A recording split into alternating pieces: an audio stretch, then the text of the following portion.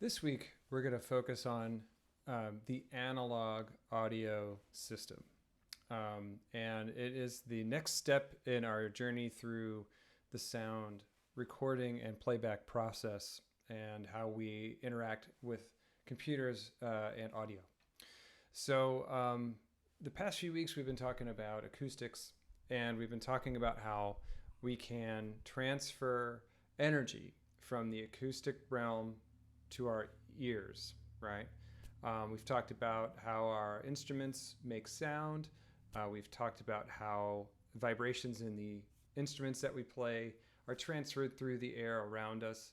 They excite the air molecules, and then they're picked up by our ears, which have this amazing ability to detect these minute changes in air pressure, and then we perceive things as sound. This week, we're going to go to the next step and see how we can transfer that energy into an electrical system. Now, this step, this analog step, is extremely important because without analog, there is no digital music. The analog audio component of any digital audio system is extremely important. As we'll see, it is the electrical conversion of the waveform energy around us, the air molecules changing over time, and into an electrical current. That process is extremely important because that's how we enter it into any audio system. So acoustic energy, as we said, is the vibrations through the air. And we've been covering this in the past few weeks. But the main idea is that it is a continuous flow of positive and negative amounts of change in air pressure. We are constantly hearing these changes in air pressure as human beings. It is what we do with our ears. It's amazing. But the point is that it's a continuous flow of positive and negative amounts of change in air pressure. In the electrical realm, electricity is also constantly changing. It is a flow of positive and negative electrical charge in a wire, right? Any electrical wire or audio signal wire is basically carrying this type of charge in it, positive and negative. So electricity is a great way to harness these minute changes in positive and negative energy. So electrical energy is passed through a wire, and that electrical current carries these different nuances and change of positive and negative air pressure. So we can imagine these vibrations as a continuous flow of positive and negative amounts of electrical charge. And when we harness acoustic energy into an electrical current, we consider that to be analogous to what's going on in the world around us. And so that's where we get the term analog. We have to convert acoustic energy to electrical energy. And to do that, we use what we call transducers. Transducers convert acoustic energy to electrical energy, or vice versa. A transducer is what we use to enter into the electrical realm. They are very important. Types of transducers are, of course, microphones. Microphones come in all shapes and sizes, price points and everything, but microphones are very useful for converting acoustic energy into an electrical current. Microphones are input transducers. Speakers, on the other hand, are output transducers. They are ways in which we can convert to acoustic energy. So we'll see how these work throughout the lecture here. So an input transducer converts acoustic energy to electrical energy, and it does so through the capsule of a microphone. A microphone is basically an instrument that responds to changes in air pressure. This is a really cheap AKG microphone. It's a dynamic microphone. It is a capsule you can unscrew, and you can see the way in which it is responding to positive and negative air pressure in the capsule here, and that is then transferred into this wire. That wire is carrying positive and negative charge through the wire that is plugged into it in the back. Other kinds of microphones do similar things in different ways, but that's basically what it's doing. It's a membrane that is responding to the pressure changes over time. We also use instrument pickups, turntable cartridges. Other kinds of transducers are doing the same thing. A instrument like a bass guitar, for instance, has a similar concept where this is an acoustic element, this string chain vibrating. This instrument pickup is a transducer. It is changing the vibrations of the string into an electrical current, and that electrical current then is then going to come out of the instrument in the jack here. So instrument pickups are also transducers, input transducers. Put him back on the wall here. We can then go the other way with output transducers. Headphones are output transducers because it's taking the electrical current going through the wire and changing it into a sound that I can hear. A speaker is also, is basically the opposite of a microphone. It converts from electrical to acoustic energy. So we're talking about this transfer of energy through the signal path. It's very important that we visualize the signal path because all audio systems adhere to this model. You have an input transducer. It goes into an amplifier of some sort, a series of gain staging, and then it goes to an output, a loudspeaker that is going to convert it back to some sort of acoustic phenomenon. So analog uses continuous vibrations that are analogous to the original sound waves, and they are not digital. Nothing that we're talking about is in the digital realm yet. Okay, we're going to get into that in the next module in a few weeks. So no digital conversion has occurred. Every analog audio system does not deal with digitization of any kind. So this is a very important sort of flow chart that we're going to dwell on before the next exam. And this is where we visualize the analog audio system. We have our input transducer. We have an output transducer like we were just talking about. But within this flow of boxes, we have two levels of amplification. We have a preamplifier and a power amplifier. These levels are very important too, in that they are ways in which we stair-step up the signal strength. So your input transducer, any microphone, will put out a very weak audio signal. It's called mic level signal. That goes through our microphone cable that plugs into the back of it, like so. That mic level signal requires a preamp. It is so tiny of a signal that it needs to be shielded in a special XLR cable. It needs to go to specifically designed preamps. And at the preamp portion, we can then trim the gain and change it to line level. That's usually done in a mixer. A mixer allows us to adjust the preamplifier gain so that we can get it to line level. The line level signal goes to a power amplifier. So out of most mixers, we have a line level out that goes to a speaker system that is either a power amplifier plus a passive speaker or a combined powered monitor. So analog audio is an electrical signal that is analogous to the acoustic waves in the air. An analog audio system is continuously variable, as is the changing air pressure of sound waves.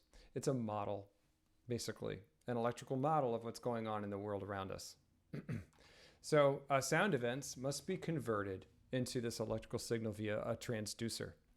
An analog transducer converts acoustic energy into electrical current and vice versa. That's the main takeaway, is that we're converting from acoustic energy into electrical and then back again. An important distinction is that an analog audio is not digital. It is not ones and zeros. This is not a data stream. It is simply a fluctuating electrical current. It's different than a digital data stream. Analog audio signals continuous electrical energy, and as such, it is subject to noise and interference and degradation. So any speaker cable, any microphone cable is subject to radio station interference, background noise, low hums, things that are a part of the world around us that we don't see can be picked up by these wires. Digital audio, however, is different. It is a data stream and is sent over data cables like USB cables and such, or Ethernet or what have you. And it is not continuously fluctuating. It is a data stream. So it is a different kind of tech, and we'll get into that eventually. There are positives to and negatives to digital, as we'll see. But going forward, we're thinking about this analog audio system model and the kinds of things that use this flow chart. So microphones put out microphone level. CD players or iPhones or computers, they put out line level signal. So they do not need a preamplifier. If you visualize and understand this flow chart, you can troubleshoot pretty much any analog audio system that you come across. So we will continue to use this as a model. I will ask you to fill in this flow chart on an exam where this will be blank like this, and you will have to fill in input transducer with mic level. You don't need to know the numbers associated with it. Preamplifier to line level, power amplifier to speaker level, and then output transducer. So some other details about what is happening in an analog audio system has to do with the type of microphones, the type of cabling, and what the cabling suggests in terms of what stage of this system we're in. So microphones can be one of two different types: dynamic microphones or condenser or capacitor microphones. There's other types like ribbon microphones and such, but we're going to focus on these two most common types. The one I'm using right now is a condenser microphone. It is a large diaphragm condenser mic. And the main difference between these two is that dynamic microphones are cheaper and more durable, and they do not require phantom power. I'll talk about what phantom power is in a second. Condenser microphones are often a little bit more expensive. They range in price. You can spend as much as you want to on microphones. They range in price from the hundreds to the thousands. These aren't too expensive, actually. But these smaller capsule microphones have these two charged plates inside of them, and so they require phantom power to charge the two plates, and they are able to pick up more minute changes in volume. So these are great for recording. These are great for doing sound effects capturing, but they're not really good for sound reinforcement on a big main stage for like a loud rock singer or something to that effect. Dynamic microphones are great for that because they're easy to control and they're durable. So these two are the designs for our dynamic versus condenser microphones. And phantom power is, I'll get to that in a second. Phantom power is a small charge of 48 volts that comes through the microphone cable to the microphone to power it. So without phantom power, this microphone will not work. In fact, I'll demonstrate by turning off the phantom power to this microphone, and I'll do that right now. So as I turn off the phantom power, you're probably hearing it fade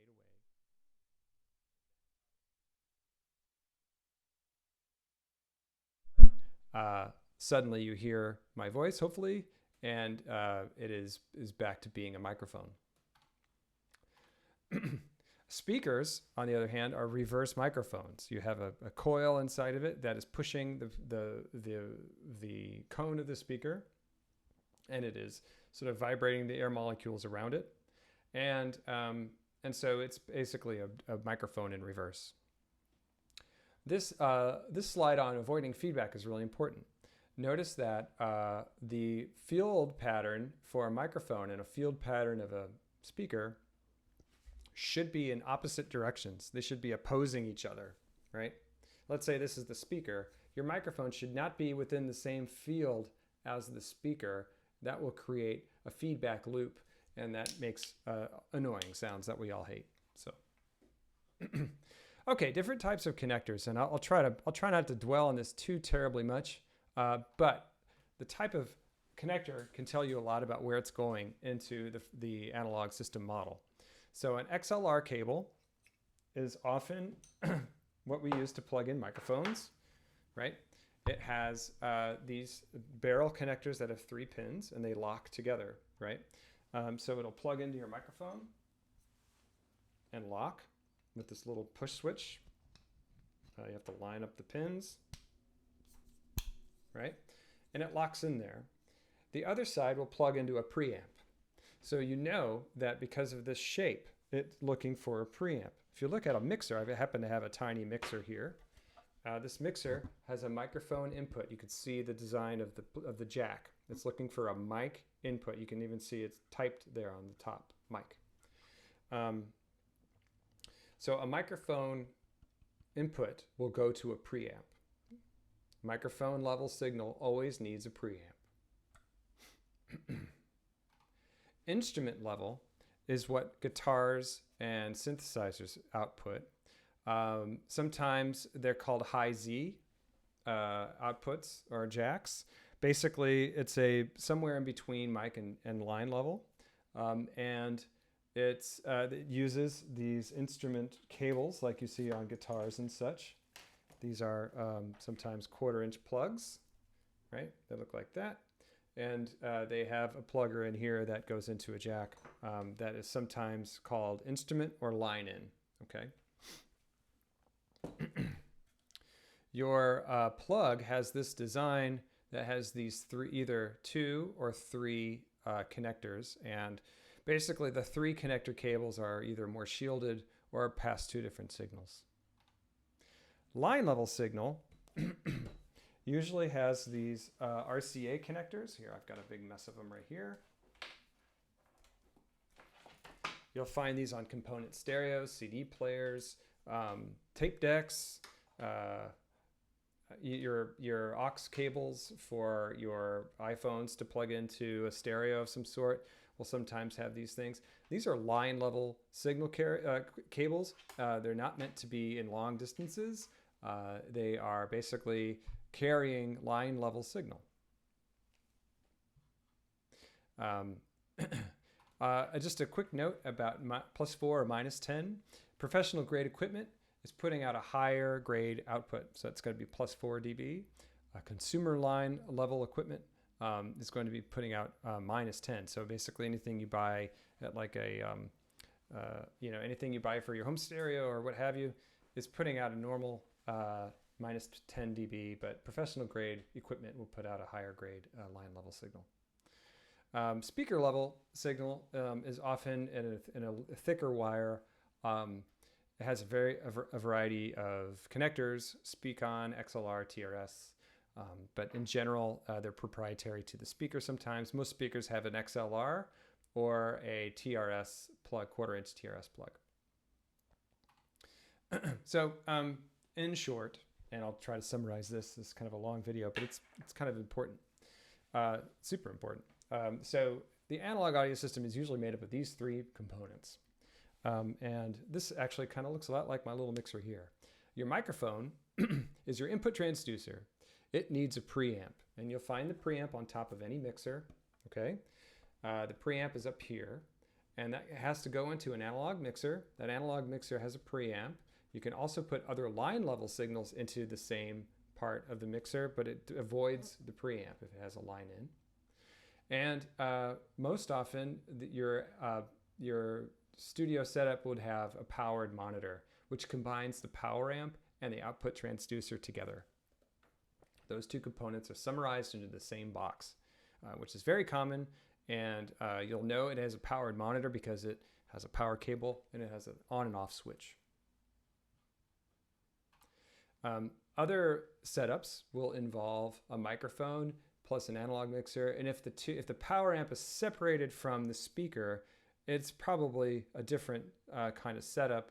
We have this passive speaker, which looks like a studio monitor, a stage monitor, which is powered by a different kind of amp or a rack amplifier, and so that is less common these days, especially for home studios. These are mostly installed professionally in clubs or in professional studios. So for instance, this would be a setup for a home studio, this kind of setup here. This kind of setup would be more appropriate for a performing arts facility like Doudna, for instance. Doudna, if we were able to take a tour of Doudna's audio systems, you would see there's a whole room full of power amps. It's pretty impressive. We can also address with the digital audio recording system soon, but basically we're talking about putting instruments into one instrument interface, which is basically a mixer, and then it digitizes it for a computer's sake. But first, we need to embrace the audio system in the analog realm and understand how we go from microphone to speaker, microphone to preamp, preamp to power amp, and power amp to output transducer or to speaker.